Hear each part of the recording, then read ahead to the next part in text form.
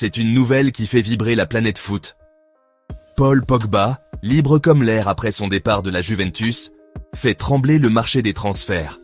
À 32 ans, le champion du monde 2018 n'a pas dit son dernier mot.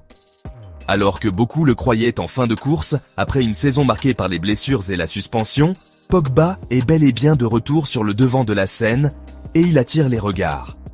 Selon plusieurs sources proches du dossier, 2 clubs ont déjà dégainé.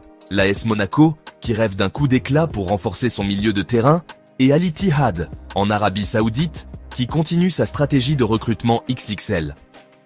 Pogba, en quête de renouveau, est au centre des convoitises, et la suite s'annonce intense. Mais ce n'est pas tout. Ce dimanche, Pogba sort du silence. Oui, vous avez bien entendu. Il prendra la parole sur TF1 dans l'émission 7 à 8. Un entretien très attendu où il compte tout dire. Ses blessures, ses tourments, ses ambitions, son avenir. Un moment de vérité qui pourrait totalement rebattre les cartes. Car derrière les sourires et les photos sur les réseaux sociaux, se cache une réalité plus complexe. Celle d'un joueur qui a touché les sommets et traversé les tempêtes. En parallèle, une autre bombe secoue le monde du foot. Le FC Barcelone, club mythique en pleine reconstruction, fait face à un véritable casse-tête.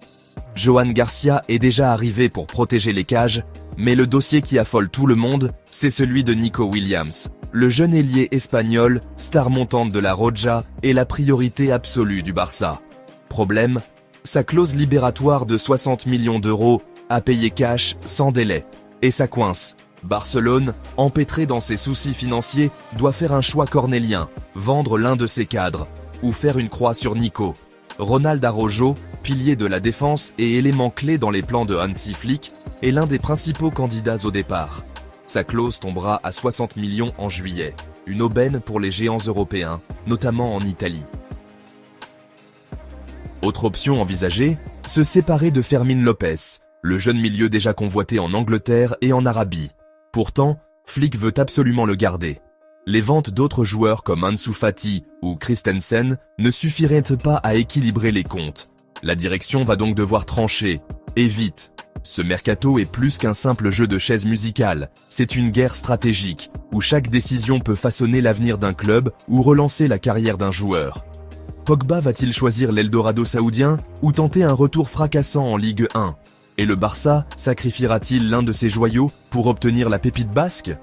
Une chose est sûre, le feuilleton ne fait que commencer.